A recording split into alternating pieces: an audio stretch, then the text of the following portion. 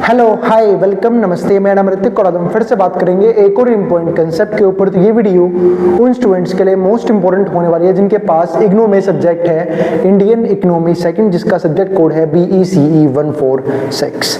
तो चलिए शुरू करते हैं आज की वीडियो को, जहां पे आज हम फिर से डिस्कस करने वाले हैं ब्लॉक नंबर 2 यानी कि एग्रीकल्चरल सेक्टर के यूनिट नंबर 8 यानी कि एग्रीकल्चरल पॉलिसी के बारे में। तो प्रीवियस वीडियो में हमने इंस्ट्रूमेंट्स ऑफ एग्रीकल्चरल पॉलिसी के अंदर सब्सिडीज को डिस्कस किया था और आज की वीडियो में बाकी बचे हुए सारे के सारे इंस्ट्रूमेंट्स कवर करने वाले हैं। तो देखते हैं आज का टॉपिक। तो इंस्ट्रूमेंट्स ऑफ एग्रीकल्चरल पॉलिसी, जहां पे हमें आज बाकी बचे हुए जो टोटल मिला के 9 इंस्ट्रूमेंट्स थे, सब्सिडी को हम डिस्कस कर लिया था प्रीवियस टॉपिक में, और बाकी बचे हुए 8 को हम आज की वीडियो में कवर करेंगे। और इस कंप्लीट सीरीज के नोट्स भी ऑलरेडी प्रिपेयर हो चुके हैं with important question answer PDF। जिन बच्चों को नोट्स परचेज करने हैं वो इस नंबर पर जाए 9667836333 पे व्हाट्सएप करके नोट्स भी ले सकते हैं। तो देखते हैं, तो शुरू करते हैं दूसरा पॉइंट यानी कि प्राइस सपोर्ट से।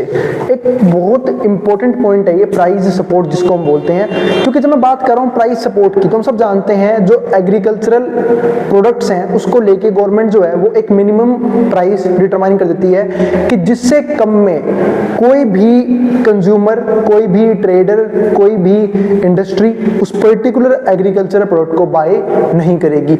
ऐसा हमेशा इसलिए किया जाता है ताकि जो एग्रीकल्चरल प्रोड्यूस है या फिर जो फार्मर्स है उनको मैक्सिमम इंसेंटिव्स प्रोवाइड किए जा सकें, वो मोटिवेटेड रहें, उन्हें अच्छे प्रॉफिट मिले। ठीक है, इन सब चीजों के लिए जो है ना MSP जो है वो यूज करते हैं, प्राइस सपोर्ट यूज करते हैं।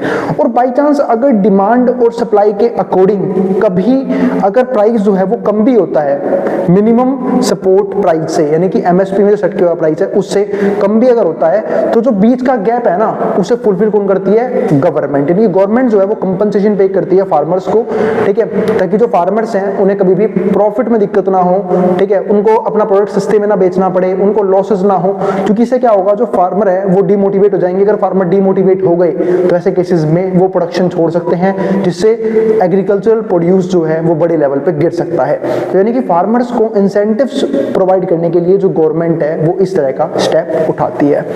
तो यहाँ पर देखते हैं प्राइस सपोर्ट की बात करते हैं। तो price of a product is one of की डिटरमिनेंट्स ऑफ इट्स सप्लाई। बिल्कुल सही बात है, क्योंकि प्राइस जो है ना वो प्राइस का और सप्लाई का अपने आप में क्या है? पॉजिटिव रिलेशन होता है। एक प्रोड्यूसर होने के नाते हमेशा एक प्रोड्यूसर जो है वो सोचता है, ठीक है, मैं रैशनल प्रोड्यूसर की बात कर रहा हूँ, समझदार प्रोड्यूसर की, कि मैं अपना प्रोडक्ट जब सेल करूंगा जब मुझे मार्केट में मैक्सिमम प्राइस मिल रहा होगा। यानी कि जब प्राइस बढ़ेगा तो ही सप्लाई बढ़ेगी, अगर प्राइस कम हो गया तो सप्लाई भी हो जाएगी, कम हो जाएगी। ये नॉर्मल लॉ होता है, लॉ ऑफ सप्लाई। ठीक है, तो उसी फैक्टर को हम यहाँ डिस्कस करते हैं कि जो प्राइस है वो किसी प्रोडक्ट का बहुत इंपॉर्टेंट फैक्टर होता है सप्लाई का। सप्लाई को लेके अगर प्राइस कम हो जाता है तो प्रोड्यूसर डिमोटिवेट होते हैं और सप्लाई कम कर देते हैं, ठीक है, और अगर प्राइस ज्यादा होता है तो सप्लाई ज्यादा करना पसंद करते हैं। इसलिए जो गवर्नमेंट है वो यहाँ पे सपोर्ट प्राइस की हेल्प लेती है, ताकि अगर अच्छा इंसेंटिव मिलेगा, अच्छा प्राइस मिलेगा एग्रीकल्चरल प्रोड्यूसर्स यानी कि फार्मर्स को, तभी जाके वो प्रोडक्शन को जारी रखेंगे। तो वो चीज हमें यहाँ पे दिखती है। तो price supports work as an incentive to increase crop production. जो प्राइस सपोर्ट है वो यहाँ पे क्या होता है? एक इंसेंटिव होता है जो बढ़ाता है क्रॉप प्रोडक्शन को, प्रोडक्टिविटी एंड फार्म इनकम। और यही नहीं, प्रोडक्टिविटी भी इंक्रीज होती है और जो फार्म इनकम है वो भी क्या होती है? बढ़ती है। The government fixes minimum support price. जो गवर्नमेंट यहाँ पे फिक्स करती है मिनिमम सपोर्ट प्राइस, जिसको हम क्या बोलते हैं? MSP for an agricultural output. किसी भी एग्रीकल्चरल आउटपुट को लेके to ensure reasonable income to farmers, ताकि फार्मर्स को रीजनेबल इनकम जो है वो प्रोवाइड की जा सके। ठीक है, तो वही चीज यहाँ पे हमारे पास है। If market price of price supported crop is below the MSP, जिसकी बात मैंने की भी थी अभी कि अगर मार्केट प्राइस जो है प्राइस सपोर्ट है क्या है? नीचे है किसी भी क्रॉप का, ठीक है, the responsibility to procure produce from farmers. तो जरूरी है कि फार्मर्स को इस केस से बचाया जाए। अब इसके लिए करते क्या है? By compensating for the difference between MSP and market price. तो जो भी डिफरेंस है एमएसपी यानी कि मिनिमम सपोर्ट प्राइस के बीच में, दूसरा मार्केट प्राइस के बीच में, तो वो कंपनसेट करना फार्मर्स को बहुत जरूरी है of crop produce, rest with government, और बाकी गवर्नमेंट के पास रहे तो ये चीज है। तो हमने यहाँ पे एक पॉइंट देखा कि जो प्राइस है, प्राइस सपोर्ट जो है वो एक बहुत इंपॉर्टेंट कंसेप्ट है प्रोडक्टिविटी बढ़ाने का, फार्म इनकम बढ़ाने का, फार्म प्रॉफिट बढ़ाने का, और यही नहीं जो आउटपुट का लेवल है वो भी इंक्रीज करने के लिए। तो प्राइस सपोर्ट अपने आप में एक बहुत इंपॉर्टेंट यहाँ पे पॉइंट और इनिशिएटिव होता है गवर्नमेंट की तरफ से, जो हमेशा फार्मर्स को मोटिवेट रखता है हायर प्रोडक्शन की तरफ। अब अगर हम आगे देखें, इन एडिशन टू एमएसपी, अगर हम एमएसपी के बारे में एक स्टेप और आगे समझें, मार्केट इंटरवेंशन स्कीम, MIS बोलते हैं इसे, is implemented on ad hoc basis. अब ये क्या होता है? In India for perishable and horticulture commodities, और ये होता है पेरिशेबल गुड्स के लिए, वो गुड्स जो जनरली इन अ वीक खराब हो जाते हैं, एंड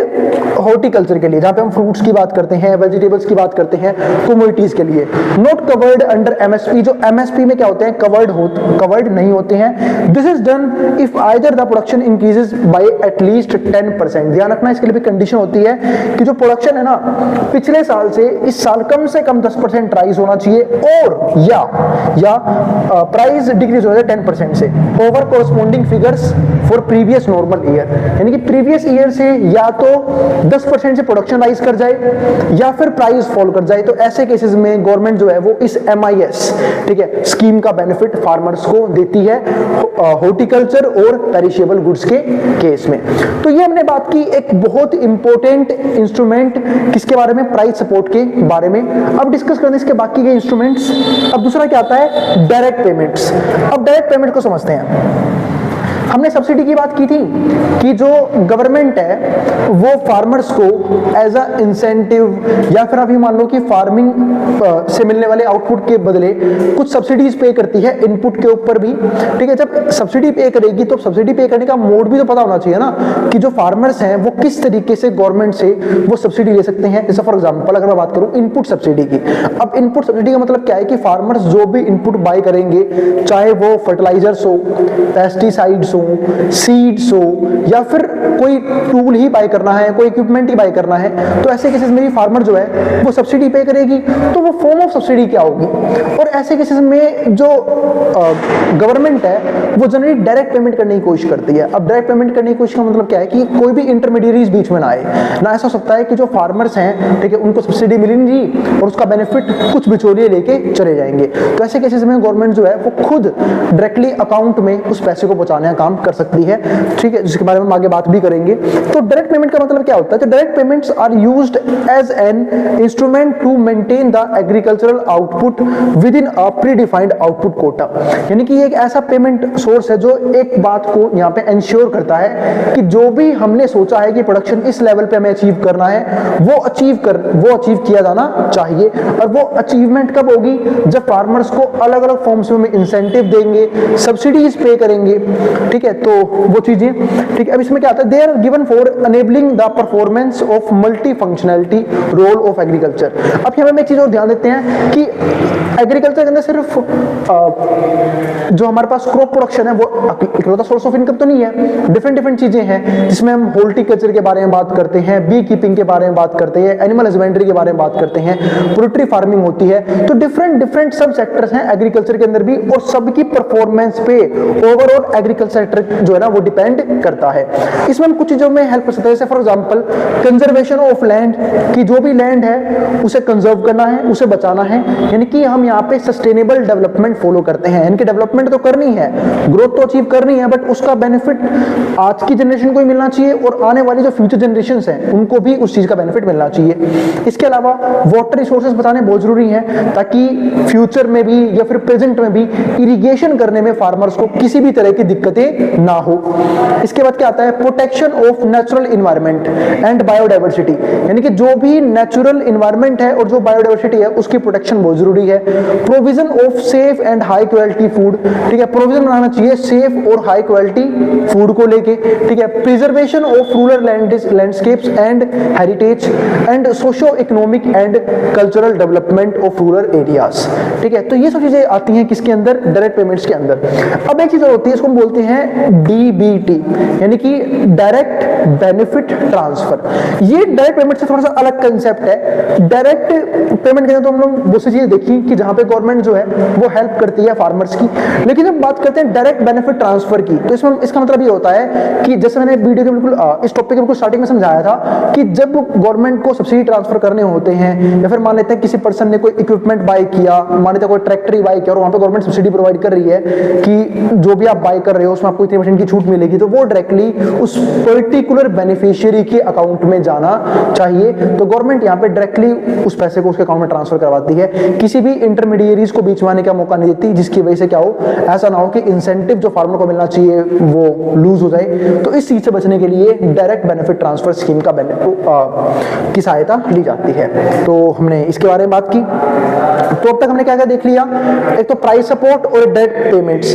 बाकी जो आने वाले वीडियो का टॉपिक है, वैसे तो हम इनको प्रीवियस टॉपिक से भी डिस्कस कर चुके हैं, प्रीवियस चैप्टर आप लोगों ने पढ़े हैं, प्रीवियस टॉपिक आपने डिस्कस किए, तो आप मैं पढ़ा चुका हूं चीजों को। पहले समझते हैं इंस्टीट्यूशनल क्रेडिट के बारे में। अब जो टॉपिक है इंस्टीट्यूशनल क्रेडिट बहुत ही इंपॉर्टेंट है, यानी कि जो क्रेडिट है वो फार्मर्स दो तरीके से ले सकते हैं। एक तो इंस्टीट्यूशनल क्रेडिट स्कीम, जैसे for example cooperative banks, commercial bank, RRB, cooperative society, ठीक है, डिफरेंट तरीके हैं जिनके जरिए जो फार्मर्स हैं वो इंस्टीट्यूशनल क्रेडिट का बेनिफिट उठा सकते हैं। क्योंकि हम सब जानते हैं फार्मर्स को भी पैसा चाहिए होता है, ऐसी कोई सी प्रोडक्शन एक्टिविटी नहीं है, बिजनेस एक्टिविटी नहीं है, कमर्शियल एक्टिविटी नहीं है, सर्विस सेक्टर की एक्टिविटी नहीं है जो बिना क्रेडिट के कंप्लीट हो।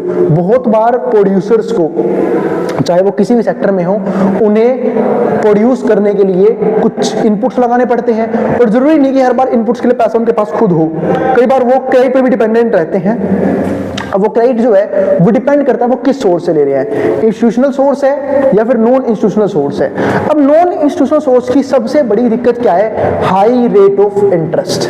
यानी कि इस हाई रेट ऑफ इंटरेस्ट से बचने के लिए गवर्नमेंट जो है वो बोलती है कि भाई एग्रीकल्चर के अंदर जो फार्मर्स हैं उन्हें इंस्टीट्यूशनल क्रेडिट का बेनिफिट लेना चाहिए, ठीक है, बल्कि नॉन इंस्टीट्यूशनल सोर्सेज से। क्योंकि नॉन इंस्टीट्यूशनल सोर्सेज में क्या क्या सकता है, हो सकता है भाई ट्रेडर्स हो, या फिर हो सकता है कि जहां से वो इनपुट बाय कर रहे हो वो पर्सन्स हो, वहां से उधार ले रहे हैं, या फिर कोई जमींदार हो सकता है, कोई बड़ा लैंडलॉर्ड हो सकता है, ठीक है, मनी लैंडर्स हो सकते हैं, प्राइवेट मनी लैंडर्स।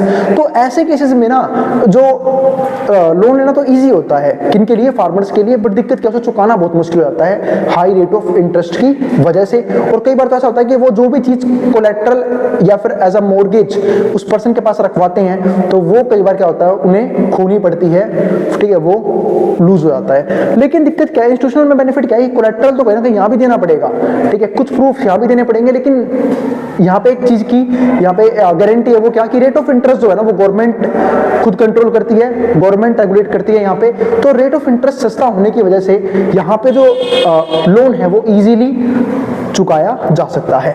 तो ये बेनिफिट है इंस्टीट्यूशनल का। अब इंस्टीट्यूशनल लोन को बिना हम 3 पार्ट्स में क्लासिफाई करते हैं, 3 पार्ट्स में डिवाइड करते हैं।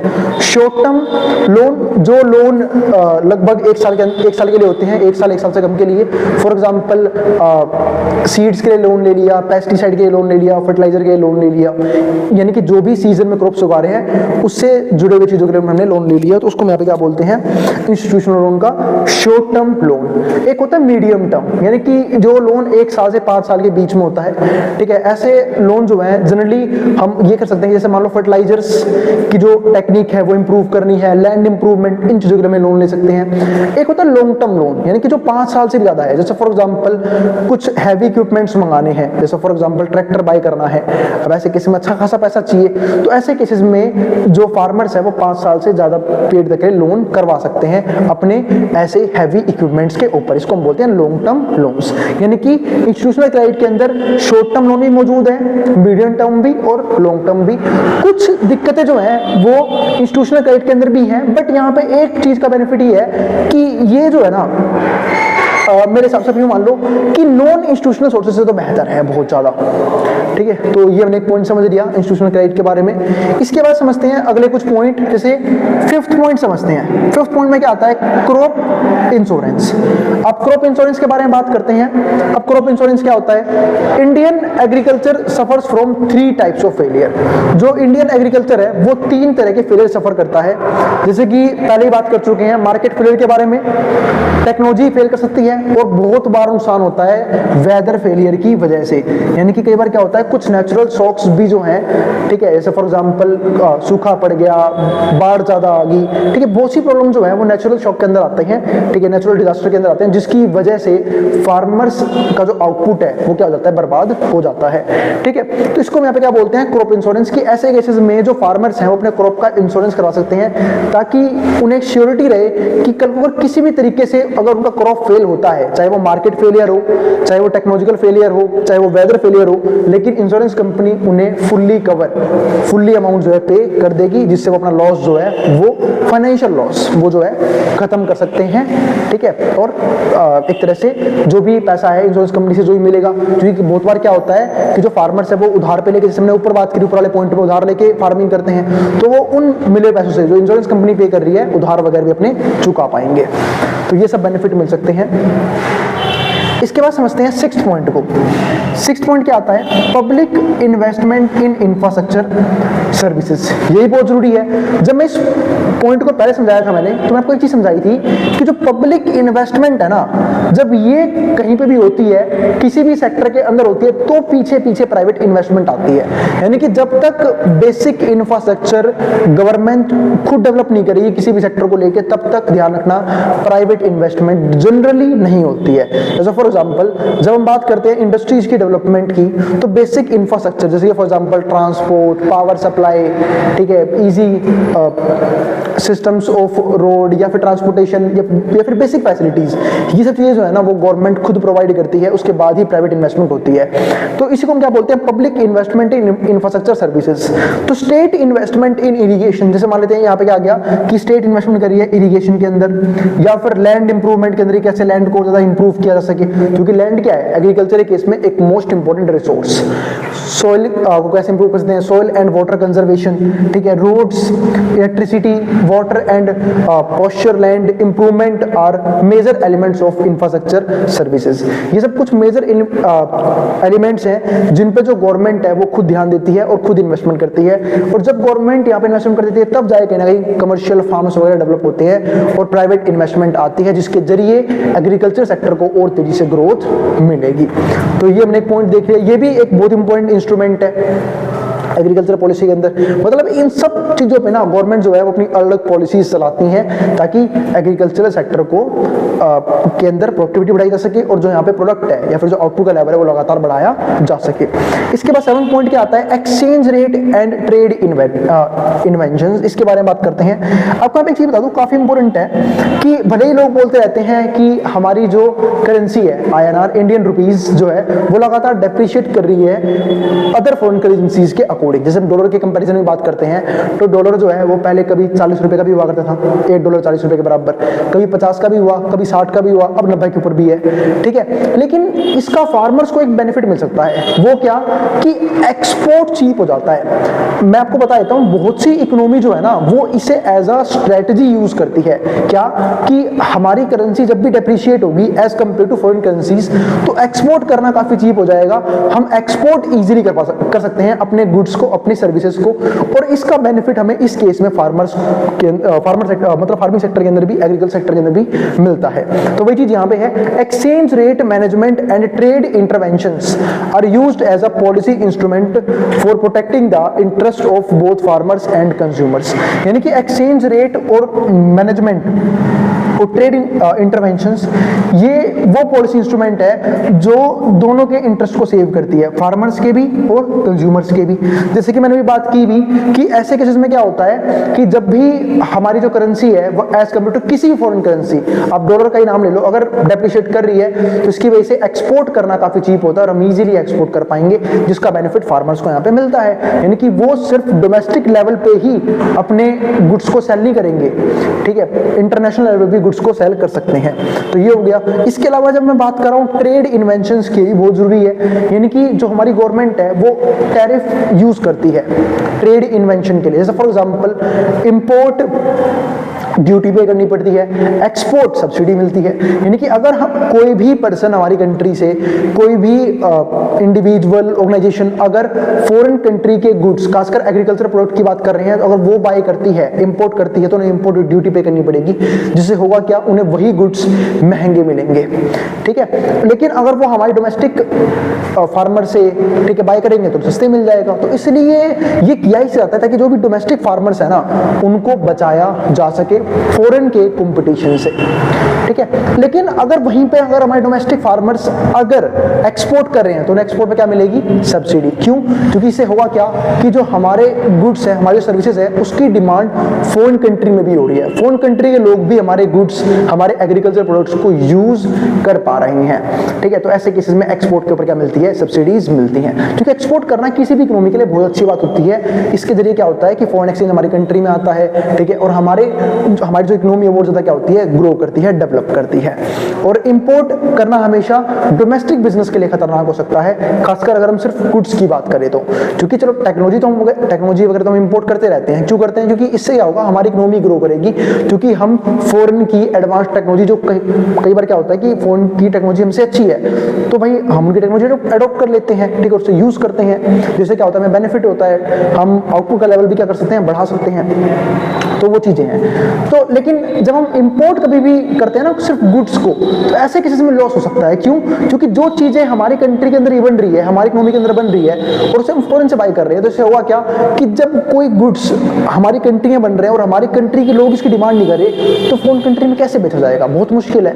तो इसलिए बहुत सी दिक्कतें भी आती हैं। इसलिए गवर्नमेंट जो है वो इंपोर्ट पे इंपोर्ट ड्यूटी चार्ज करती है। और टैरिफ का जो रेट है ना, वो लगातार जो है चेंज होता रहता है, तो उसको भी कभी फिक्स मत मानना।